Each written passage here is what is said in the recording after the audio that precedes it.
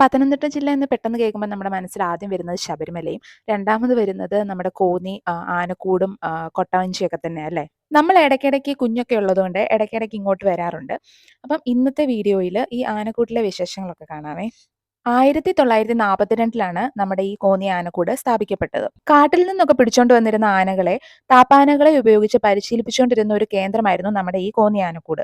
പണ്ടൊക്കെ കാട്ടാനകളെ പിടിച്ചിരുന്നുവെങ്കിലും 1977 കൂടി ഈ ആനപിടുത്തമൊക്കെ ഇവിടെ അവസാനിപ്പിച്ചായിരുന്നു.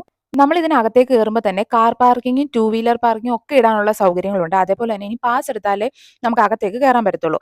ഇവിടെ എന്ന് പറയുമ്പോൾ രാവിലെ 9:30 തൊട്ട് വൈകിട്ട് 5:30 വരെയാണ് വർക്കിംഗ് അവേഴ്സ്. അതേപോലെ തന്നെ തിങ്കളാഴ്ച അവധിയാണ്. മുതിർന്നവർക്ക് 80 രൂപയും അതുപോലെ തന്നെ കുഞ്ഞുങ്ങൾക്ക് 5 വയസ്സിന് മുകളിലോട്ടുള്ളവർക്കാണെങ്കിൽ 50 രൂപയുമാണ് ചാർജ്. അതേപോലെ കാറിനാണെങ്കിൽ 40ഉം ടൂ വീലർ ആണെങ്കിൽ 15ഉമാണ് ഫീസ്. ഇനി നമ്മൾ ടിക്കറ്റ് എടുത്തു കഴിഞ്ഞിട്ട് അതിന്റെ തൊട്ടപ്പുറത്ത് തന്നെ ഒരു സെക്യൂരിറ്റി ഇരിപ്പുണ്ട്. ഈ ടിക്കറ്റ് കാണിക്കുമ്പോഴത്തേക്കിന് സെക്യൂരിറ്റി നമ്മളെ അകത്തേക്ക് കടത്തിവിടും. അതേപോലെ തന്നെ ഇതിന്റെ സെക്യൂരിറ്റി ഇരിക്കുന്നതിന്റെ തൊട്ടപ്പുറത്ത് വനശ്രീയുടെ ഒരു സ്റ്റോൾ ഉണ്ട്. അതിനകത്തിൽ നമ്മുടെ രക്തചന്ദനത്തിന്റെ പൊടിയും ചന്ദനത്തിന്റെ പൊടി, നീലയമരിയുടെ പൊടി, അങ്ങനെയുള്ള പൊടികളെല്ലാം ഇവിടെ കിട്ടും. ആ ഒരു സ്റ്റാളിൽ നിന്ന് ഇറങ്ങിക്കഴിഞ്ഞാൽ നമുക്ക് മുകളിലോട്ടൊരു വഴി ഇട്ടിട്ടുണ്ട്. അങ്ങോട്ടാണ് പോകേണ്ടത്. കണ്ടോ, ഇതാണ് ഇവിടുത്തെ ആനകളെയൊക്കെ പാർപ്പിച്ചിരുന്ന ആനക്കൂട്. പണ്ട് കാട്ടാനകളെയൊക്കെ പിടിച്ചോണ്ട് വന്നിരുന്നില്ലേ, ആ സമയത്ത് ആനകളെയൊക്കെ ചട്ടം പഠിപ്പിച്ചിരുന്നതും മെരുക്കിയതും ഒക്കെ ഈ കൂട്ടിലിട്ടായിരുന്നു. 6 ആനകൾക്ക് പരിശീലനം നൽകുവാനുള്ള ഒരു ശേഷിയുണ്ട് ഈ ആനക്കൂടിന്. അതേപോലെ തന്നെ കമ്പകം എന്ന തടി ഉപയോഗിച്ചാണ് ഈ ആനക്കൂട് പണിതത്. ഇനി ഈ ആനക്കൂടിന്റെ നേരെ ഫ്രണ്ടിൽ റൈറ്റ് സൈഡിലായിട്ട് കുഞ്ഞുങ്ങൾക്ക് വേണ്ടി കളിക്കാനുള്ള ഒരു പാർക്ക് തന്നെ അവർ സെറ്റ് ചെയ്തിട്ടുണ്ട്. അതുകൊണ്ട് തന്നെ ആൾക്കാർക്ക് വരുമ്പോഴത്തേക്കിനും കുട്ടികളെയും കൊണ്ട് വരുന്നവരൊക്കെ ആണെന്നുണ്ടെങ്കിൽ അത്യാവശ്യം ഇവിടെ കുറേ എക്യുപ്മെന്റ്സ് ഒക്കെ ഉണ്ട് നമുക്ക് കുഞ്ഞുങ്ങൾക്ക് കളിക്കാൻ വേണ്ടിയിട്ടുള്ളത് തന്നെ. കുട്ടികളെ കൊണ്ടൊക്കെ വരുന്നവരാണെങ്കിൽ കൂടുതലും ഈ പ്ലേ ഗ്രൗണ്ടിൽ നിന്ന് പിള്ളേർ മാറത്തേയില്ല. അവർക്ക് ഏറ്റവും കൂടുതൽ ഈ പ്ലേ ഗ്രൗണ്ടിൽ തന്നെ കളിക്കാനായിരിക്കും കൂടുതലും ഇഷ്ടം. നമ്മുടെ കുഞ്ഞാണെങ്കിൽ എല്ലാ എക്യുപ്മെന്റ്സിലും ജസ്റ്റ് ഒന്ന് കയറി പെട്ടെന്ന് തന്നെ ഇറങ്ങുമായിരുന്നു. അവന് കൂടുതലും കളിക്കാൻ മറ്റേ സ്ലൈഡേൽ കളിക്കാനാണ് ഏറ്റവും കൂടുതൽ ഇഷ്ടം. കയറിയിട്ട് മേളിൽ നിന്ന് താഴോട്ടേക്ക് നിരങ്ങി വരാമല്ലോ. എനിക്ക് തോന്നുന്നു മിക്കവാറുള്ള എല്ലാ കുട്ടികൾക്കും ഈ എക്യുപ്മെന്റ് കയറാൻ തന്നെയാണെന്ന് തോന്നുന്നു ഭയങ്കര ഇഷ്ടം. ഇവിടെ കുറച്ചു നേരമൊക്കെ സ്പെൻഡ് ചെയ്തിട്ട് നമ്മൾ നേരെ പോയത്, അതായത് ഈ ചിൽഡ്രൻസ് പാർക്കിന്റെ തന്നെ ഇടത്തുവശത്തായിട്ട് എലിഫന്റ് മ്യൂസിയം ഉണ്ട് കേട്ടോ. ഈ കയറി ചെല്ലുന്ന സ്റ്റെപ്പിന്റെ ലെഫ്റ്റ് സൈഡിലും റൈറ്റ് സൈഡിലായിട്ട് കുറേ ചെടികളൊക്കെ അവർ നട്ടുപിടിപ്പിച്ചിട്ടുണ്ട്. അതേപോലെ തന്നെ ഈ ലെഫ്റ്റ് സൈഡിൽ അവർ ചെറിയൊരു കുളം സെറ്റ് ചെയ്തിട്ടുണ്ട്. അതിനകത്ത് തന്നെ നമ്മുടെ ആമ്പലൊക്കെ ഉണ്ട്. അതുപോലെ തന്നെ റൈറ്റ് സൈഡിലായിട്ട് ഒരു ആനയുടെ ഒരു എനിക്ക് തോന്നുന്നു കമ്പിയേലാന്ന് തോന്നുന്നു അതിൻ്റെ ആ ഒരു സ്റ്റാച്യു പോലെ ഉണ്ടാക്കിയിട്ടിട്ടുണ്ട്. അതേപോലെ തന്നെ ഒരു ചെടിയുണ്ടല്ലോ, അവരത് കറക്റ്റായിട്ട് എക്കോ ടൂറിസം കോന്നി എന്ന് പറഞ്ഞിട്ട് ആ ഒരു ഷേപ്പിൽ അത് കട്ട് ചെയ്തിട്ടേക്കുന്നത്. ഇനി നമ്മൾ ഈ മ്യൂസിയത്തിനകത്തിലേക്ക് കയറാൻ പോവാ കേട്ടോ. കയറി വരുമ്പോഴത്തേക്കിന് വലിയൊരു ആനയുടെ സ്റ്റാച്യു അവർ ഉണ്ടാക്കി വെച്ചിട്ടുണ്ട് കേട്ടോ. നല്ല ഭംഗിയുണ്ട് കാണാൻ. ഈ മ്യൂസിയത്തിന്റെ ലെഫ്റ്റ് സൈഡിലേക്ക് കയറുമ്പോഴത്തേക്കിന് ഈ ഒരു ചില്ലുകൂടിനകത്തിൽ ആനയുടെ ഒരു പരിണാമം തന്നെ വെച്ചിട്ടുണ്ട്. അതായത് 7 രൂപത്തിലായിട്ടാണ് അത് വെച്ചേക്കുന്നത്. പണ്ട് തൊട്ട് അതിങ്ങനെ രൂപാന്തരപ്പെട്ട് ഇപ്പോഴത്തെ ആ ഒരു ആനയുടെ ഷേപ്പിലേക്ക് വന്ന ഒരു ഇതുവരെ നമ്മൾ ഇട്ടിട്ടുണ്ട്. പിന്നെ ഇത് കണ്ടോ, ഓരോ ഇതും ഇതിനകത്തിൽ പറ്റി പറയുന്നുണ്ട്, അതെങ്ങനെയാ എന്നൊക്കെ അതിനകത്തിൽ അതെല്ലാം എഴുതിയിട്ടുണ്ട്. ഇനി നമ്മൾ ഈ കാണുന്നതാണ് ആനയുടെ സ്കെൽട്ടൺ ആണ് കേട്ടോ. എന്ത് വലുതല്ലേ.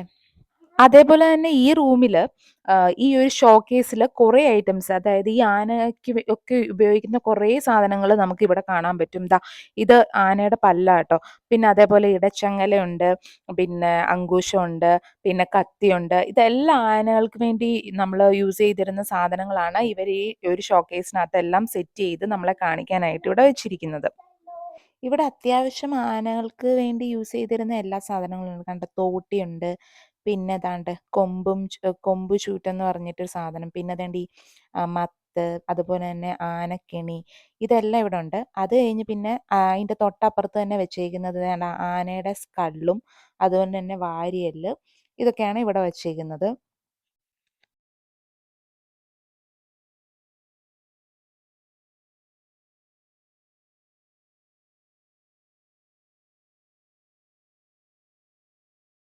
ഇനി ഇവിടുന്ന് ഈ റൂമിൻ്റെ പുറത്തിറങ്ങി കഴിയുമ്പം ഇതിൻ്റെ അതായത് നമ്മളിപ്പം ഈ മ്യൂസിയത്തിൽ കയറിയത് ലെഫ്റ്റ് സൈഡിലാണ് ഇതിൻ്റെ ഈ സ്കെൽട്ടണും അങ്ങനത്തെ കാര്യങ്ങളൊക്കെ വെച്ചേക്കുന്നത്. ഇതിൻ്റെ റൈറ്റ് സൈഡിലെന്ന് പറയുന്നത് AV റൂമാണ്. അതിനകത്തിൽ നമ്മുടെ ഇങ്ങനെ കുറേ കാട്ടിലെ കുറേ മൃഗങ്ങളുടെ ഒക്കെ അതായത് പക്ഷികളുടെയും എല്ലാത്തിൻ്റെയും വെച്ചിട്ട് അതിൻ്റെ ഒരു സൗണ്ട് അവരിങ്ങനെ കേൾപ്പിച്ചു തരും. ഓരോ ഓരോ ബേർഡ്സിൻ്റെ അല്ലെങ്കിൽ കാട്ടിലുള്ള ഓരോ മൃഗങ്ങളുടെയും ആം, ഈ സൗണ്ടുകളെല്ലാം അവർ കേൾപ്പിച്ചു തരും. അതേപോലെ ആനയുടെ തന്നെ ഓരോ കാര്യങ്ങളെല്ലാം അവരതിനകത്തിൽ എഴുതി ഡിസ്പ്ലേയിൽ വെച്ചിട്ടുണ്ട്.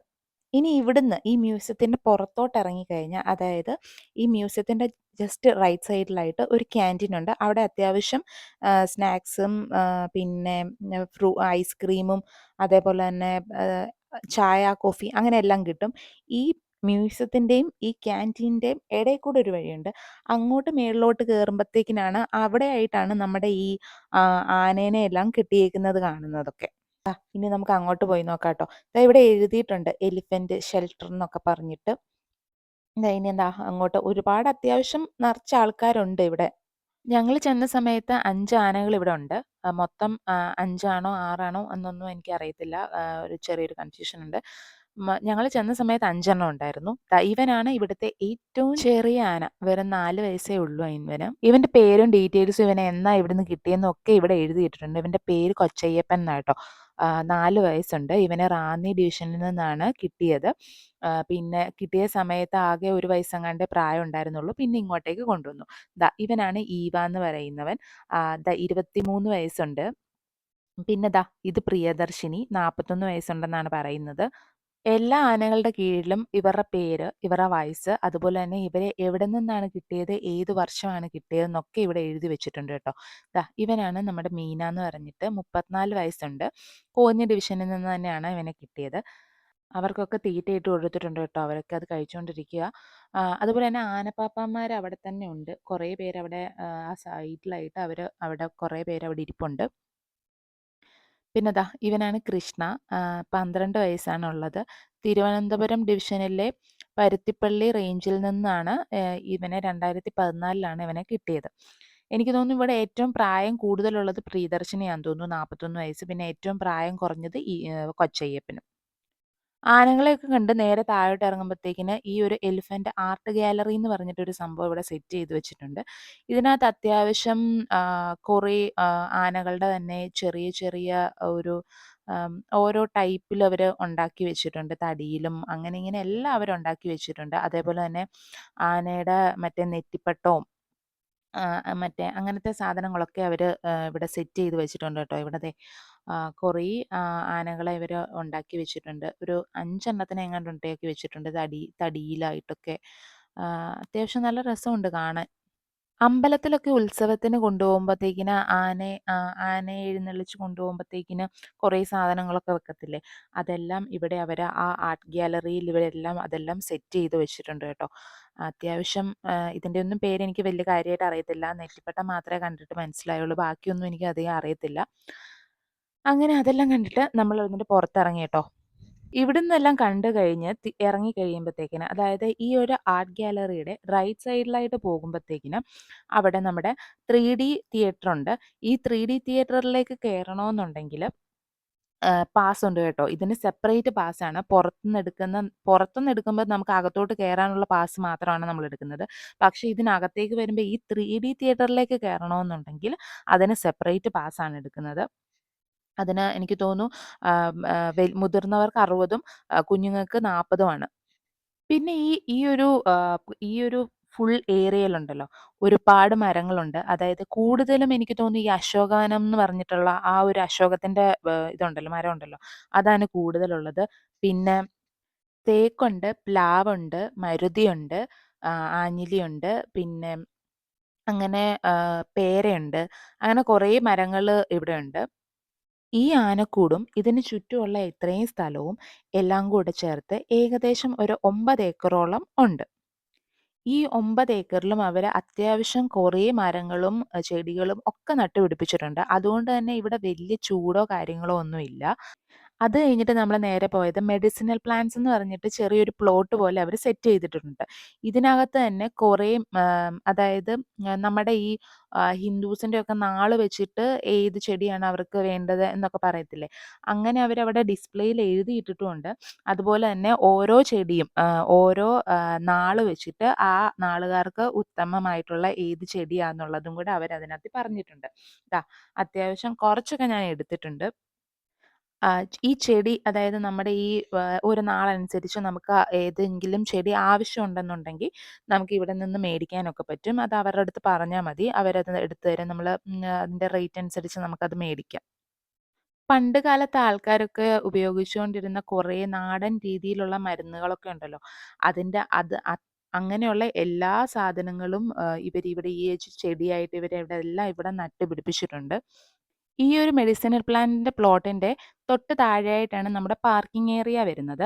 അപ്പോൾ അതുകൊണ്ട് തന്നെ നമ്മൾ അത്യാവശ്യം ഈ ഒരു മെഡിസിൻ പ്ലാന്റ് പ്ലോട്ടിലേക്ക് വരുന്നതെന്ന് പറയുന്നത് നമ്മളിവിടെ പാസ് എടുത്തിട്ട് അകത്ത് കയറി അത്യാവശ്യ കാര്യങ്ങളെല്ലാം കണ്ട് കേട്ട് വന്ന് ലാസ്റ്റിലാണ് ഈ മെഡിസിനൽ പ്ലോട്ടിലേക്ക് നമ്മൾ എത്തുന്നത്. അതിന് മുമ്പ് നമുക്ക് ഇതിനകത്തേക്ക് കയറാൻ പറ്റുമോയെന്ന് എനിക്ക് അത്രയ്ക്ക് അറിയത്തില്ല. കാരണം പാസ് എടുക്കാതെ ഇതിനകത്തൊന്നും കയറി ഇറങ്ങാനൊന്നും പറ്റില്ലല്ലോ. അപ്പോൾ അതൊക്കെ കണ്ട് കഴിഞ്ഞിട്ട് നമ്മൾ നേരെ കുറേ നേരം അവിടെ ഒരു വലിയൊരു മരച്ചോട്ടുണ്ട് കേട്ടോ. അവിടെ പോയി കുറേ നേരം ഇരുന്ന് കുറേ നേരം വർത്താനമൊക്കെ പറഞ്ഞിരുന്ന് അത് കഴിഞ്ഞിട്ട് നമ്മൾ നേരെ പിന്നെ തിരിച്ച് വീട്ടിലോട്ട് പോവാണ് കേട്ടോ. അത്യാവശ്യം കാണാനും കേൾക്കാനും ഒക്കെ ഇവിടെ അത്യാവശ്യമുണ്ട്. ചിൽഡ്രൻസ് പാർക്ക് ആണെങ്കിൽ തന്നെ അതേപോലെ തന്നെ ഒരു 5, 6 ആനകളൊക്കെ ഉണ്ടല്ലോ കാണാൻ. പിന്നെ ഇവിടെ ആനയൂട്ടൊക്കെ ഉണ്ട് കേട്ടോ. ആനയൂട്ടിന് 2001 എങ്ങാണ്ടാന്ന് തോന്നുന്നു ചാർജ് വരുന്നത്. ചാർജ് പേ ചെയ്യുവാണെന്നുണ്ടെങ്കിൽ നമുക്കത് അതിനുള്ള സൗകര്യം അവർ ഒരുക്കി തരുന്നതാണ്. സ്റ്റിൽ ക്യാമറയ്ക്കൊക്കെ എക്സ്ട്രാ ചാർജ് ചെയ്താലേ അവർ നമ്മളെ അകത്ത് കയറ്റത്തുള്ളൂ കേട്ടോ. അതേപോലെ തന്നെ ഫോട്ടോഷൂട്ടിനൊക്കെ ഉണ്ട്, സൗകര്യമുണ്ട്. അതിനൊക്കെ എക്സ്ട്രാ ക്യാഷാണ്. ഫോട്ടോഷൂട്ടിനൊക്കെ വരുന്നവർ 2500 രൂപ പേ ചെയ്യണം. അപ്പോൾ ഇതാണ് ആനക്കൂട്ടിലെ വിശേഷങ്ങളൊക്കെ. വീഡിയോ ഇഷ്ടപ്പെട്ടെങ്കിൽ ചാനൽ ഒന്ന് സബ്സ്ക്രൈബ് ചെയ്യണേ.